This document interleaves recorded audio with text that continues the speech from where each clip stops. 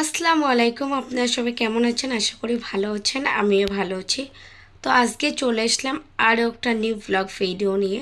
তো পুরো ভিডিও দেখবেন। চলুন কী কী বানাবো না বানাবো স্টার্ট করা যাক। তো এখানে আমি নিয়ে নিয়েছি 4টা ডিম আর দুইটা মাঝারি সাইজের 2টা আলু। তো আলুগুলো কিউব কিউব করে কেটে নিয়েছি আর এখন ডিম নিয়েছি। এখন এগুলো সিদ্ধ বসাবো। তো সিদ্ধ বসিয়ে দিয়েছি। আর এটা নিয়েছি বেগুনগুলো কেটে নিব আমি। আজকে আমি বানাবো তাওয়া বেগুন ফ্রাই। তো তার জন্য আগে জল ঢেলে নিই একটু পাত্রের মধ্যে, কারণ মারা বলে নাকি বেগুন শুধু কাটতে নেই, জল দিয়ে কাটতে হয়, না হলে কালো হয়ে যায়। তো দেখুন আমি এখানে 2 টাইপের বেগুন কেটেছি, একটা গোল গোল করে আর একটা কিউব কিউব করে। প্রথমে গোল গোল কেটেছি, তারপর মনে হলো না কিউব কিউব করে কাটি। তো যাই হোক, কাটা শেষ করে এখন তাওয়া ধুয়ে এনে বসিয়ে দিয়েছি আর তাওয়ার মধ্যে তেল ঢেলে দিয়েছি, সরিষার তেল। তেল গরম হয়ে গেছে, এখন এক এক করে সব বেগুনগুলো দেব। হ্যাঁ, বেগুনগুলোর মধ্যে আমি লবণ, হলুদ আর মরিচের গুঁড়া দিয়ে ভালো করে মিক্স করে নিয়েছি। এখন একটা একটা করে ঢালতেছি। দেখুন, এই তাওয়া ফ্রাই বেগুনটা খেতে আমার অনেক ভালো লাগে। হ্যাঁ, এই বেগুনটা আপনারা কড়াইতেও বানাতে পারবেন, বাট আমাকে তাওয়া ফ্রাই একেবারে সবগুলো হয়ে যায়, আমার অনেক ভালো লাগে। কম সময়ের মধ্যে একেবারে সবগুলো হয়ে গেলো আর টেস্টিও হয় অনেক। আর এই খাবারগুলো বানাচ্ছি আমি রাতে সেহরির জন্য।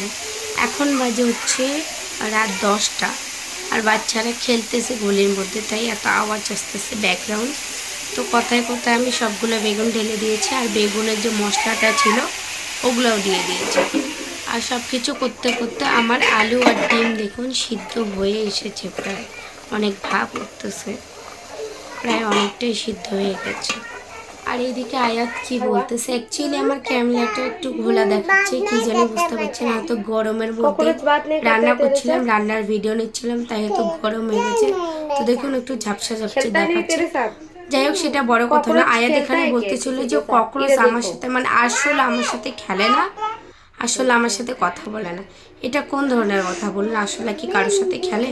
এদিকে আমার দেখুন বেগুন ফ্রাইটা হয়ে গেছে, কত সুন্দর হয়ে গেছে। আর আমার আলু আর ডিম সিদ্ধ হয়ে গেছে, আর আলু আর ডিম আমি খোসা ছুলে নিয়েছিলাম। এখন আমি হাঁড়িটা ধুয়ে বসিয়ে দেবো। অ্যাকচুয়ালি সবসনের মধ্যে বানাচ্ছি, কারণ কড়ার মধ্যে অলরেডি সবজি আছে। মানে সবজি মানে কি, চানা বানিয়েছিলাম ইফতারের জন্য, তো অনেকটা বেঁচে গেছে, তাই আমি বললাম যে না, টোপের মধ্যেই বানাই নি। তো তেল দিয়ে দেখুন এখন আমি ডিমটাকে হলুদ আর নুন দিয়ে ভাজতেছি। ডিম ভাজা হয়ে গেছে, এই তেলের মধ্যে জিরা ফোড়ন দিয়ে এখন কেটে রাখা পেঁয়াজ আর মরিচগুলা দিয়ে দিব। এখন একটু ভালোভাবে নাড়াচাড়া করবে, একটু লাল লাল হয়ে আসা পর্যন্ত। আমার ভিডিওগুলি দেখার জন্য অসংখ্য ধন্যবাদ। আমার ভিডিওগুলি যদি ভালো লাগে তাহলে পেজটিকে ফলো করে লাইক দিয়ে পাশে থাকবে। লাল লাল হয়ে গেলে এখন আমি তার মধ্যে দিয়ে দিব একটা গোটা কেটে রাখা টমেটো। এখন টমেটো আর পেঁয়াজটা একটু সিদ্ধ হওয়ার জন্য আমি দিয়ে দেবো লবণ। তো লবণ আর টমেটো সব কিছু দিয়ে দেওয়ার পর তার মধ্যে আমি দিয়ে দিয়েছিলাম গুঁড়ো মশলা, তাই একটু জল দিয়ে দিলাম যাতে মশলাগুলো পুড়ে না যায়। আর টমেটো আর পেঁয়াজ, লঙ্কা, মরিচ সব মশলা ভালোভাবে কষে নেওয়ার জন্য। দেখুন এখানে আমার সমস্ত মশলা কষে গেছে এবং সিদ্ধ হয়ে গেছে। ক্যামেরাটা একটু মুছে নিলাম, কারণ ভাপ বার হচ্ছে না, তো ভাপের জন্য ক্যামেরাটা ঝাপসা হয়ে যাচ্ছে বারবার। কষে রাখা মশলার মধ্যে এখন আমি দিয়ে দিব ম্যাশ করা আলুগুলো। সিদ্ধ আলুগুলো অলরেডি আমি ম্যাশ করে নিয়েছিলাম। দেখুন সবগুলো দিয়ে দেওয়ার পর এখন ভালোভাবে কষিয়ে নিয়েছি। তখন ক্যামেরাটা অফ করে রেখেছিলাম, কারণ এক হাত দিয়ে ক্যামেরা আর কষানো সম্ভব না। তারপর দিয়ে দিয়েছিলাম জল। আর দেখুন আয়াত কোথায় উঠে দাঁড়িয়েছিল। আয়াত বিসলারি পানি ভরে রেখে এখানে বিসলারির বোতলের মধ্যে ওইখানে উঠে দাঁড়িয়ে আমার রান্না দেখছিল। তো মশলাগুলো ভালোভাবে কষে দেওয়ার পর জল দিয়ে দিয়েছিলাম। জলগুলো ফোটানোর পর এখন আমি দিয়ে দিলাম ভেজে রাখা সিদ্ধ ডিমগুলো দিয়ে একটু নাড়াচাড়া করে এখন দিয়ে দেবো কেটে রাখা ধনিয়া পাতা। আমাদের বাড়িতে এই রান্নাটা একটা খাবারের মধ্যে পছন্দের খাবারের মধ্যে পড়ে। আলুর ডাল আর ডিম অনেক টেস্টি হয় আর খেতেও অনেক দুর্দান্ত। এভাবে আপনারা আলুর ডাল দিয়ে মাছও রান্না করতে পারবেন, শুধু এখানে ডিমের বদলে মাছ দেবেন। এই রান্নাটা আমাদের গ্রাম অঞ্চলে বলে ডিম দিয়ে আলুর ডাল। আপনাদের ওইদিকে কী নামে বলে আপনারা কমেন্টে জানাবেন আমাকে। তো রান্না শেষ, এখন হচ্ছে সেহরির সময় আর এখন বাজে 4:30। দেখুন আমি ভাত নিয়ে বসে গেছি। এখন প্রথমে খাচ্ছি আমি বেগুন ভাজা দিয়ে। বেগুন ভাজাটা অনেক টেস্টি হয়েছিল, একদম সফট তুলতুলে।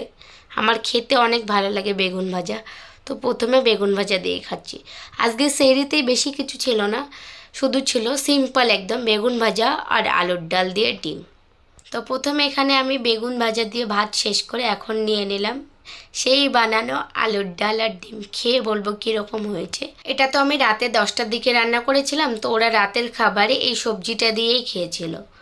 আর আমি বেশি করে বানিয়েছিলাম যাতে আমি সেহরির মধ্যে খেতে পারি। যেহেতু আমি রান্নাটা রাতে 10টার দিকে করেছিলাম, তো রাতের খাবারে আমার বাচ্চা বর সবাই এই খাবারটাই খেয়েছে, আলুর ডাল দিয়ে ডিম আর বেগুন ভাজা। আমি বেশি করে বানিয়েছিলাম যাতে সেহরির মধ্যে আর বানাতে না হয়। আর এখন সবাই ঘুমাচ্ছে, আমার বর খাওয়া দাওয়া করে শুয়ে পড়েছে আর আমি এখন খাচ্ছি। সত্যি বলতেছি এই সবজিটা খেতে অনেক মজার, আপনারা ট্রাই করতে পারেন বাড়িতে।